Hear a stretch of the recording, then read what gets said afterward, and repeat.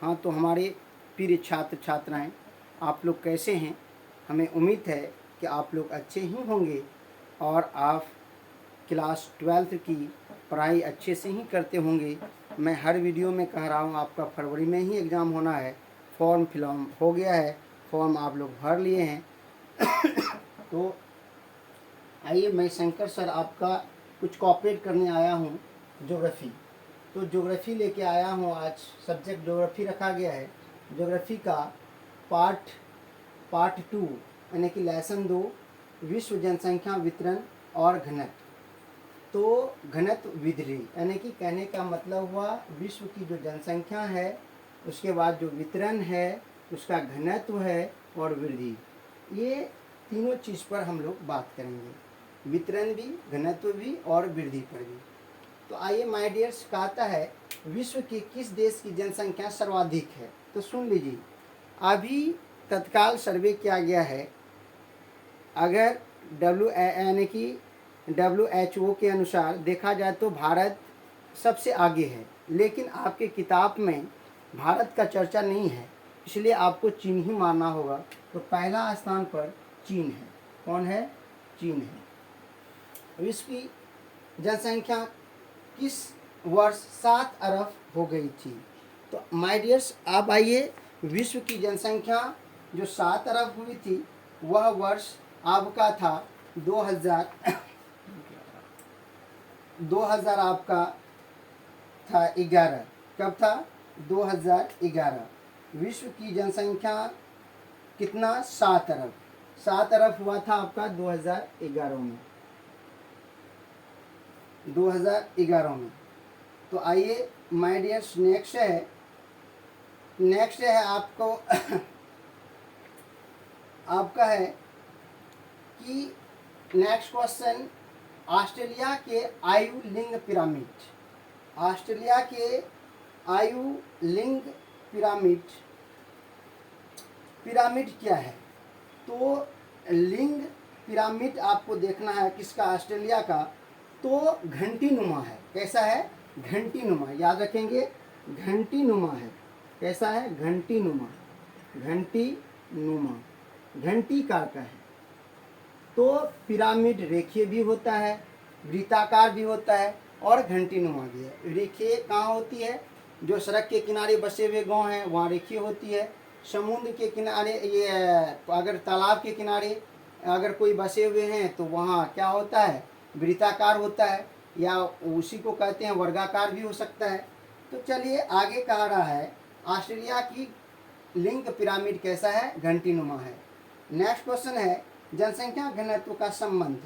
जनसंख्या घनत्व का संबंध होता है, किससे होता है माय डियर्स? जनसंख्या और क्षेत्रफल पर। जनसंख्या और क्षेत्रफल पर, पूरा क्षेत्रफल जितना है और कुल जनसंख्या से यदि भाग दे देते हैं तो वही होता है जनसंख्या घनत्व। तो जनसंख्या प्लस एवं क्षेत्रफल से, जनसंख्या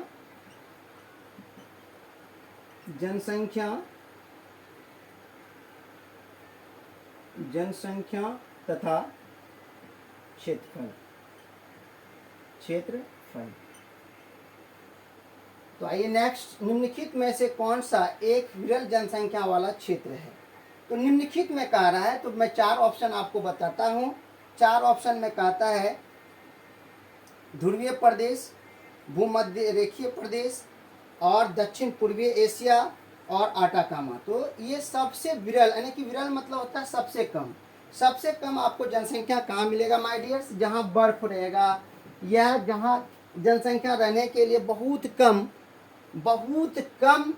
यानी कि कारक मौजूद होते हैं। जैसे वहाँ पानी की अभाव होगी, घर बनाने का अभाव होगी, कृषि नहीं होगा। तो कहने का मतलब वहाँ आपकी जनसंख्या क्या होगा? विरल होगा। तो कहने का मतलब ध्रुवीय प्रदेश में। कहाँ? ध्रुवीय प्रदेश में।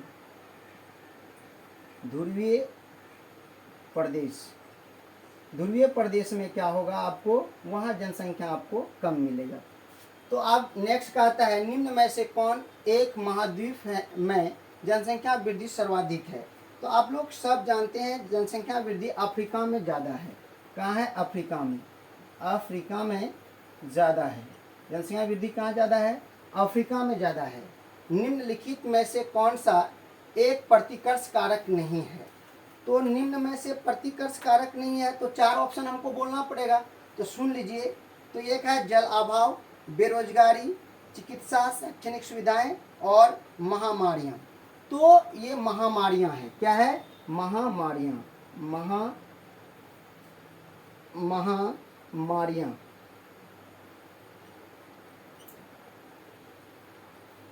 उसके बाद जनसंख्या के वितरण को कौन सा कारक प्रभावित करता है?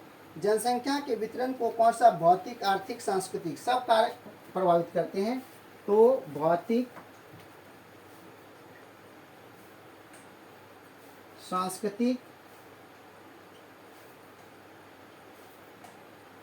भौतिक, सांस्कृतिक और आर्थिक एवं आर्थिक कारक भी प्रभावित करते हैं। तो आइए, रूस को छोड़कर यूरोप के स्वतंत्र देशों में सम्मिलित रूप से कितने लोग रहते हैं? सिर्फ आपको रूस को छोड़ करके कितने लोग रहते हैं? 8.82 करोड़। कितना? 8.82 कहता है रूस को छोड़कर यूरोप के स्वतंत्र देशों में कितने लोग रहते हैं? 58.2 करोड़। 58.2 करोड़ सिर्फ यूरोप की जनसंख्या है माय डियर्स, याद रखेंगे। किसका है? यूरोप का बोल रहे हैं, पूरे दुनिया का नहीं बोल रहे हैं, यूरोप। 58.2 करोड़।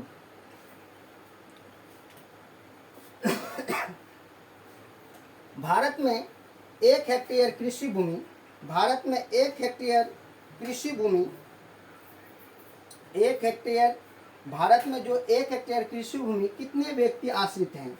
तो याद रखिएगा, इसमें से व्यक्ति 5 हैं। कितने व्यक्ति आश्रित हैं? 5 आदमी।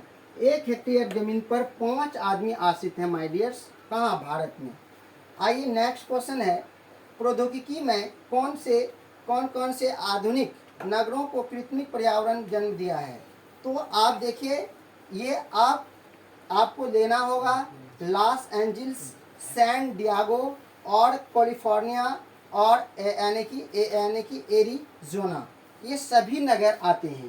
तो सभी नगर के नाम मैं लिख देता हूँ, थोड़ा सा यहाँ आप देख लेंगे। ये लॉस एंजल्स, लॉस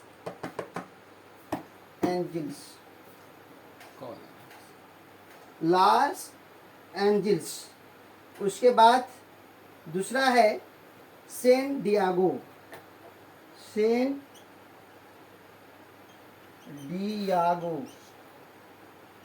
डियागो है। उसके बाद कैलिफोर्निया है,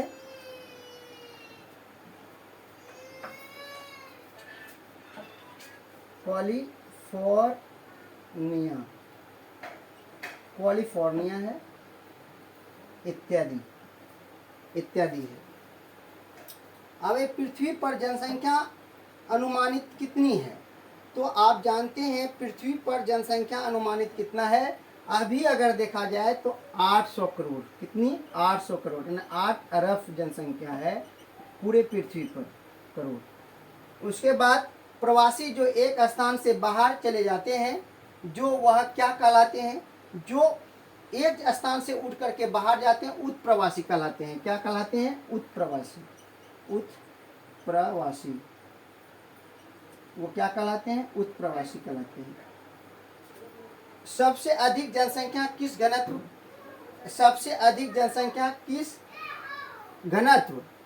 देश का है? कहता है सबसे अधिक जनसंख्या घनत्व किस देश का है? तो आप जानते हैं कि सबसे ज़्यादा चीन की जनसंख्या है और चीन का ही घनत्व ज़्यादा है, लेकिन कहीं कहीं आपको बांग्लादेश भी देगा। क्या देगा? बांग्लादेश। या मैं याद रखिएगा, कहीं कहीं ऑप्शन आ जाता है या बांग्लादेश।